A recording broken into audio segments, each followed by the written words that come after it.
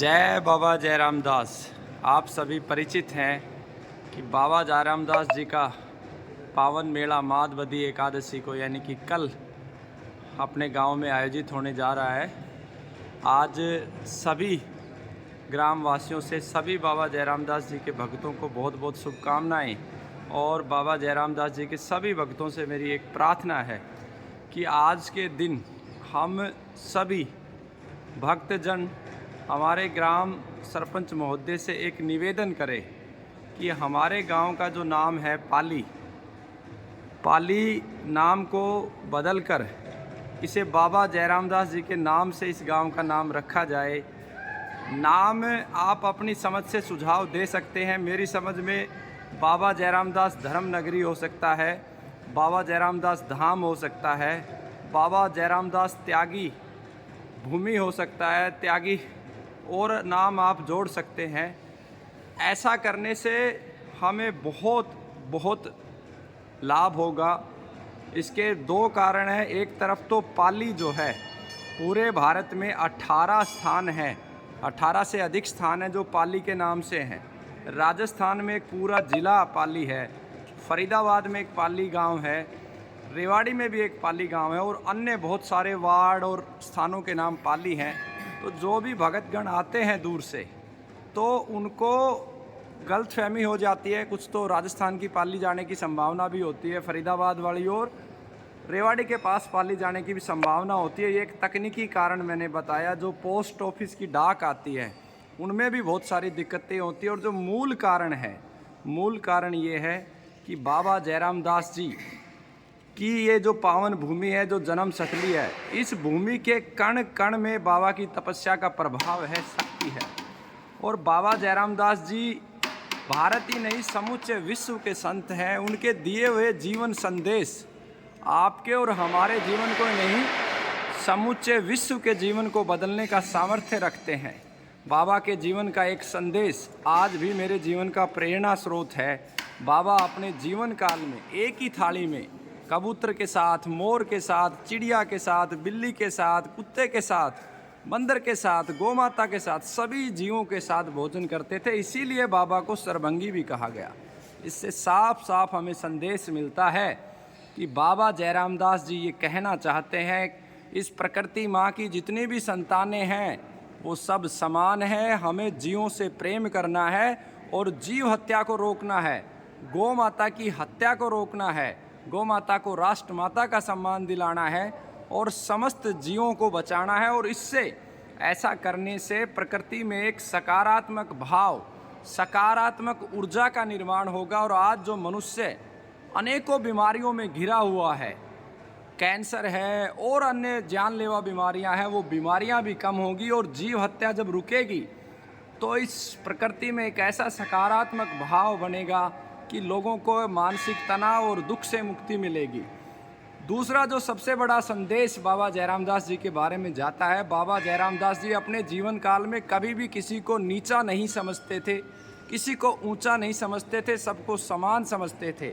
आज भी हमारे गांव में बहुत सारे लोग बताते हैं कि वो सभी के घरों में भोजन करते थे और अधिकतर समय उन लोगों के साथ रहते थे जिसे कभी प्राचीन काल में कहें या पहले के समय में जिन्हें छोटा बड़ा समझा जाता था, छोटा समझा जाता था। हमारा मत ये है कि इस प्रकृति में सब समान है, गुणों की भिन्नता है, किसी में कोई गुण है, किसी में कोई गुण है। तो इससे दूसरे से संदेश जाता है कि जाति पाति एक विदेशी षड्यंत्र है, इसे समाप्त करना होगा और सब मनुष्य समान है। और तीसरा सबसे बड़ा संदेश जो मेरी समझ में बाबा के जीवन से निकल के आता है, बहुत सारे प्राचीन लोग बताते हैं जिस समय बाबा जिंदा थे, इस संसार में थे उनका शरीर, उस समय बहुत लोग मंदिर बनाने के लिए आते थे, कमरा बनाने के लिए आते थे। बाबा उन्हें मना कर देते थे और कहते थे प्रकृति माँ की जो कृपा है मैं उसी में खुश हूँ। अधिकतम समय बाबा ने अपने जीवन काल का जंगलों में व्यतीत किया, उस जंगलों में व्यतीत किया और वो ध्यान तपस्या में लीन होते थे, बाड़ पीपल के पेड़ के नीचे, जाड़ के पेड़ के नीचे। और बाबा ने कभी स्कूल नहीं गए। और ऐसा बताते हैं बाबा जयराम दास जी जो हैं वो वेद के मंत्रों का उच्चारण करते थे अपने जीवन काल में। तो इससे साफ साफ संदेश मिलता है कि वनस्पतियाँ जो हैं वो हमारे जीवन में इतनी ही महत्वपूर्ण हैं जितनी महत्वपूर्ण हमारा जीवन है। और वनस्पतियों के अंदर बहुत सकारात्मक ऊर्जा है। आप बरगद के पेड़ के नीचे जाएंगे, पीपल के पेड़ के नीचे जाएंगे, उनको गले लगाएंगे तो जो सकारात्मकता आपको मिलेगी वो सकारात्मकता आपके जीवन में आपके लक्ष्य को हासिल करने के लिए संकल्प शक्ति के रूप में काम करेगी। तो तीसरा संदेश मिलता है कि हमें वनस्पतियों को बचाना होगा। इनमें जीवनदायिनी शक्तियाँ हैं। हमारे आने वाली पीढ़ियों को अगर मजबूत बनाना है तो वनस्पतियों की रक्षा करनी होगी और ज़्यादा से ज़्यादा वनस्पतियाँ हमें लगानी होगी। तो ये तीसरा संदेश आज केवल पाली गांव के लिए ही नहीं, ना केवल हरियाणा के लिए, ना केवल भारत के लिए, पूरे विश्व के लिए, जो आज पूरा विश्व तप रहा है, वातावरण के जो प्रभाव है, चक्कर है वातावरण का, निरंतर आप देखोगे हिमालय पे ग्लेशियर पिघलते जा रहे हैं। और रोगों की बात करेंगे तो भारत में इतनी मौतें हो रही है कैंसर, हार्ट की समस्या से, और पूरा विश्व पूरी तरीके से परेशान है। और बाबा जयराम दास जी के जीवन के, बाबा जी ने जो अंतिम उन्होंने समाधि ली थी माघ बदी एकादशी के दिन, जो 1942 में समाधि ली थी अंग्रेजी कैलेंडर के अनुसार, और उनका जन्म जो है शरद पूर्णिमा को हुआ था और अंग्रेजी कैलेंडर के अनुसार 7 अक्टूबर 1862 का वो दिन आता है। तो ऐसे दिव्य संत जो आज से 100 वर्ष पहले जो संदेश दे के गए वो आज भारत की सभी समस्याओं का समाधान कर देते हैं। और भारत ही नहीं, विश्व की समस्याओं का समाधान कर देते हैं। बस उनके संदेशों को जन जन तक पहुंचाना है।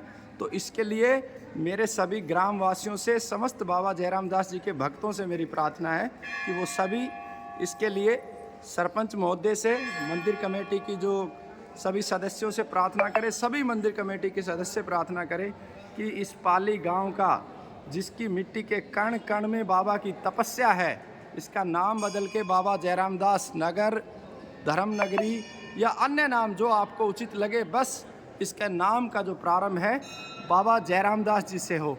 तो आप सभी भक्तों को जय बाबा जयराम दास, जय गौ माता, जय धरती माँ, जय प्रकृति माँ।